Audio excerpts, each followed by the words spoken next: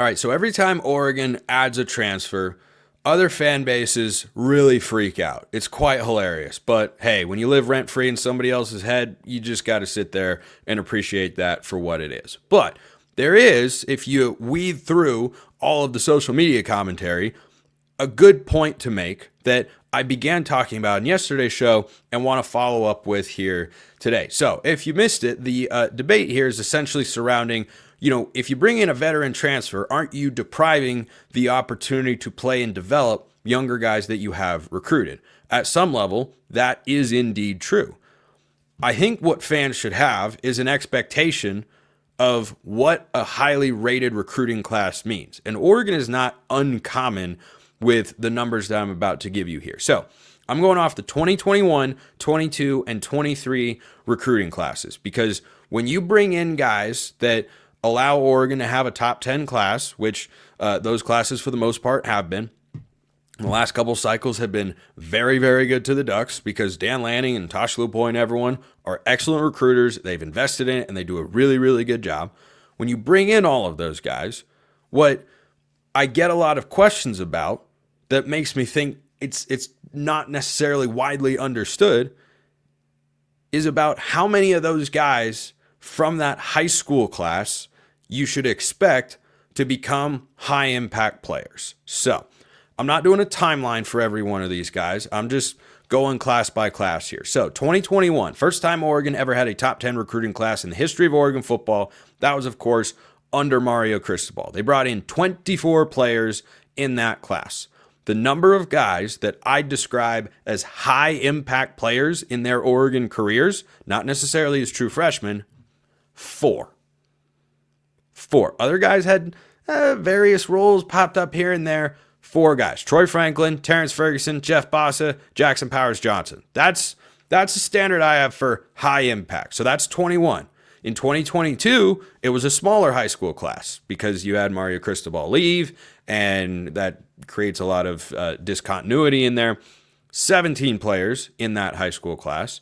8 of them I describe as high impact players. And the high impact component of this is based on whether I can immediately think of in big games consistently or in at least several key moments over the last couple of seasons where their impact has been felt. So from that 2022 class, Josh Connerly, that's a high impact guy.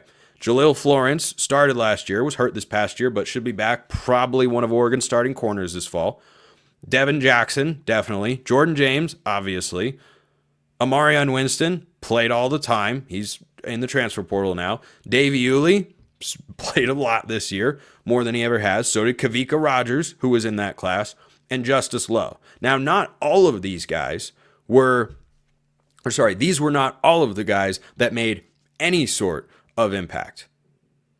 But again, 8 out of 17, that's a higher percentage than any of the 3 classes I'm looking at. And you have to allow for there to be some development time. So these numbers could be different if I were to do an examination of the same classes, maybe not the same classes, but the 23 class at least in a year's time. Because the 2023 class, the first full one under Dan Lanning and company, brought in 29 players from the high school ranks. So far, I'd say 5 guys have been high impact players and a couple of kind of moderate impact dudes. Poncho started at center this year. Amari Washington, I am chair of his fan club. I humbly accept that nomination, and I'm grateful for such an honor. Tatum Tuioti, 2-year starter. Kenyon Sadiq, didn't make a big impact last year, but obviously a big part of the offense this year, and I think is going to burst onto the scene come 2025. And Mateo Uiagalelei. Those are the high impact guys. Then there have been some others that have popped up here and there. Blake Purchase, redshirted this year, but played all last season. Janoris Wilson, the jumbo package tackle, could be a candidate as a potential starting offensive tackle for the Ducks this year. Jaden Lamar, hero of the Boise State game, picking up the ball that Noah Whittington dropped at the goal line. And Jaden Moore, who's also in the portal, but was a part of Oregon's speed rush package to get you the quarterback this year. So again, 4 out of 24, 8 out of 17, 5 out of 29. And that last number, that could change after this year. That's what it is. This is not unique to Oregon. The Ducks are not being built in the transfer portal. They're certainly using it. I'm not trying to downplay what Oregon's doing there. And by the way, I think using the portal to fill needs and get talented players is a really good thing. But this is what the world of college football is now. You're trying to find the most talented guys that give you the best chance to win at every position every single year. And sometimes that's going to be a former high school recruit, and sometimes recruits are not going to pan out. But to have that many players, I mean, that's dozens of guys whose names I'm not listing here, many of whom, most of whom, frankly, were blue chip recruits coming out of high school that are not seeing the field. They're either transferring away or they're just buried on the depth chart right now. And maybe they're going to pop this season. I mean, Kavika Rogers hadn't really played in a meaningful way until this season. All of a sudden, he's on the field all the time. Davey Uli, same thing. He was a 22 recruit. Hadn't played a lot. All of a sudden, you need Davey Uli in some big spots. So this balance back and forth of bringing in a transfer, bringing in a high school guy, you have to understand that it's kind of impossible to know. You can theorize, you can guess, and sometimes you'll be right, but no one's going to be right 100% of the time on which high school recruits are going to wind up being high-impact players. You can see the potential in all of them when you watch their film against high school kids, but they haven't played on a field where everybody is that good. Some guys can make that jump, some guys cannot. But when you bring in a high school recruiting class and it's, anywhere from 15 to 30 or 17 to 30 kids or whatever, you should not have the expectation that even half of them become high impact guys. You might see some moderate impact that pushes that number over half in terms of the number that contribute, but it's never, and this is the same way everywhere else. That's just the way that recruiting works now. So I touched on that yesterday and wanted to give some numerical context there. I got a mailbag question, somewhat on the recruiting front, which you can submit as well. YouTube comments below, hit me up on Twitter, or you can become a Locked On Ducks insider. You get priority mailbag access, bunch of other perks as well. I respond a lot more often over there. And one of those insiders sent in this question that goes like this. What is your take on the Oregon, brand is what he's going for. What is your take on the Oregon band versus the other Big Ten bands/brands, uniforms, overall quality, and does anyone important care? I'm a solid meh on caring, but we sounded quiet at the Rose Bowl in comparison to Ohio. Well, yeah, you're not going to make a lot of noise when you go down 34-0. Fans, band, whoever there. But I got to be honest, I thought that was a typo, and then I read the question and realized, no, you did actually mean band. Being in the band, I think it's a fantastic part of college athletics. I've been listening to Oregon's band my whole life. I think they sound good.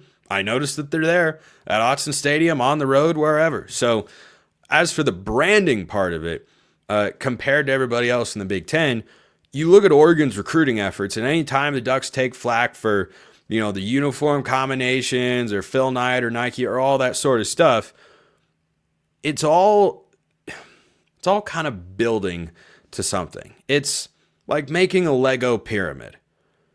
Okay, you put this brick on a very simplistic Lego pyramid, obviously compared to what you would actually make if you made like a real size pyramid out of Legos, which I could do if I had some scrap pieces together. But anyway, if you're making a Lego pyramid, you put down one brick, and that one brick nowadays might be, that's NIL investment. Okay, you got to have that brick. Maybe that's worth 3 bricks. So you put that down. Then you've got to have a staff that's good at building relationships. That's another few bricks. And then you've got the brand power of Oregon, which I hear all the time from guys like Brian, who cover recruiting consistently, and many others as well, that the discourse you hear or that you see online about Oregon doesn't reflect what a lot of other people hear about it, right? Because you might hear from Washington or USC fans that Oregon's never won a national championship before. Meanwhile, some blue chip recruit who's from the other side of the country, you know what he probably knows about Oregon? Man, they look awesome on TV. That's what he knows. He doesn't go in. I can promise every kid is different, to be sure. The overwhelming majority think about that stuff, and it's a way to recognize and make Oregon a familiar brand to them and one that they'd be willing to go and play football for. That's another Lego brick. Getting out on the trail, having the necessary recruiting budget, making the right connections, manage it. It's all Lego bricks. So it's not everything, but it is one of the bricks in there. And if you take it out, there'd be a hole in the pyramid. Might still stand, but it's got a hole in it. You don't want to have that, of course, because then if you take out another brick and so on and so on. So